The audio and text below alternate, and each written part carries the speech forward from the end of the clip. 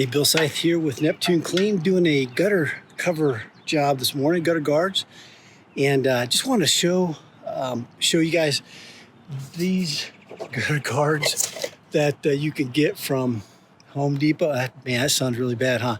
These gutter guards that you get from Home Depot, they're crap. They just slip right in place, but the problem with them is that they just lose their shape. They don't last long. It's just cheap plastic.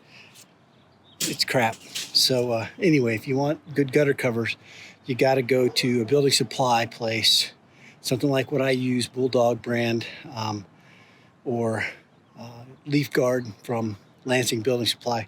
Those are good gutter guards, and that's what you want to install. And I'm going to turn the camera around here, show you what it looks like from another angle. Right here up above another portion of the roof, and you can see that they've got these gutter guards on there, but they just lose their shape, they crack, they break, and they just don't last over time. So spend the money and get professionally installed gutter guards. Hey, I want to drop down to this lower level to show you a close-up view of how these gutter guards work from your big box store.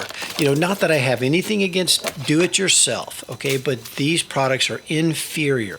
If you want a good, high-quality gutter guard installation, call Neptune Clean.